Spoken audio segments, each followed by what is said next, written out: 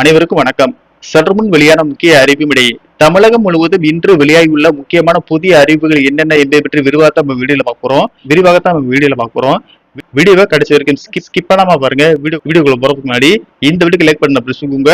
இப்ப அந்த சேனலுக்கு முதன்முறை வரீங்கன்னா சப்ஸ்கிரைப் பண்ண பிரசுங்க. அப்படியே பக்கத்துல இருக்கக்கூடிய பெல் ஐகான் பிரஸ் பண்ணிக்கோங்க. வாங்க வீடியோக்குள்ள போகலாம். முதலாவது அறிவிப்பாக அரசு பேருந்து கட்டணத்திலேயே 500 ஆம்னி பேருந்துகளை இயக்க தயாராக உள்ளதாக ஆம்னி பேருந்து உரிமையாளர்கள் தெரிவித்துள்ளனர். கடந்த ஆட்சியில் பெர்மிட் வாங்க ரூபாய் 5 லட்சம் கொடுத்தோம். ஆர்டிஓ அலுவலகத்தில் தான் முதல் ஊழலே இருக்கும். ஆனால் இப்போது யாருமே லஞ்சம் கேட்பது இல்லை.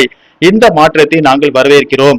இதனால் 500 பேருந்துகளை அரசு பேருந்து கட்டணத்திலேயே இயக்க தயாராக இருக்கிறோம் என ஆம்னி பேருந்து உரிமையாளர்கள் தெரிவித்துள்ளனர். அடுத்த அறிவிப்பாக கல்விக்கு முக்கியத்துவம் கொடுக்கும் வகையில் பல்வேறு திட்டங்களை மத்திய மாநில அரசுகள் செயல்படுத்தி வருகிறது. அந்த வகையில் யுபிஎஸ்சி முதன்மை தேர்வுக்கான ஊக்கத்தொகை வழங்குவது தொடர்பான முக்கிய அறிவிப்பு வெளியாகியுள்ளது.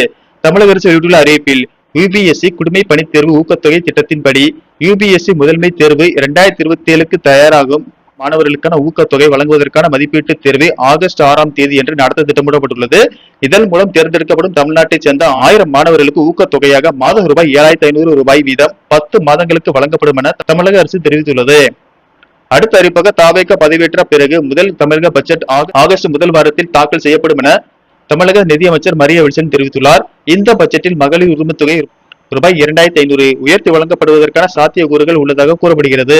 அடுத்த அறிவிப்பாக திருவண்ணாமலையில் ஜூலை 29ஆம் தேதி நடைபெற உள்ள ஆடி மாத பௌர்ணமி கிரிவலத்தை முன்னிட்டு பக்தர்களின் வசதிக்காக 29ஆம் தேதி விழுப்புரம் ரயில் நிலையத்தில் இருந்து காலை 10:10 மணிக்கு புறப்படும் விழுப்புரம் டு திருவண்ணாமலை முன்பதிவுள்ள சிறப்பு ரயில் 11:45 மணிக்கு திருவண்ணாமலை ரயில் நிலையத்தை சென்றடையும். அதே போல் மறுமார்க்கத்தில் திருவண்ணாமலை ரயில் நிலையத்தில் இருந்து மதியம் 12:40 மணிக்கு புறப்படும் திருவண்ணாமலை டு விழுப்புரம் முன்பதிவுள்ள சிறப்பு ரயில் மதியம் 2:15 மணிக்கு விழுப்புரம் ரயில் நிலையத்தை வந்தடையும்.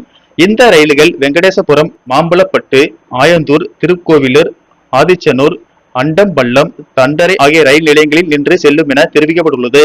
அடுத்த அறிவிப்பாக இந்தியாவில் தற்போதைய காகித நோட்டுக்கு பதிலாக பிளாஸ்டிக் ரூபாய் நோட்டுகளை அறிமுகம் செய்ய ரிசர்வ் வங்கி திட்டமிட்டுள்ளது.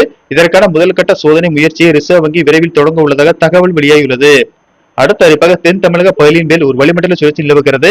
இதன் காரணமாக மேற்கு தொடர்ச்சி மலை மாவட்டங்கள், வடக்கு கடலோர தமிழகம், புதுவை மற்றும் காரைக்கால் பகுதியிலும் இன்று ஓரிரு இடங்களில் இடி மின்னல் மற்றும் பலத்த காற்றுடன் கூடிய லேசானது முதல் மிதமான மழை பெய்யக்கூடும் என்றும் கடலோர தமிழகம், புதுவை மற்றும் காரைக்கால் பகுதியில் அதிகபட்ச வெப்பநிலை இயல்பை ஒட்டியும் ஏனைய தமிழகத்தில் ஒரு சில இடங்களில் 2 முதல் 3 டிகிரி செல்சியஸ் இயல்பை விட அதிகமாக இருக்கக்கூடும் என வானிலை மையம் தெரிவித்துள்ளது. நன்றி, வணக்கம்.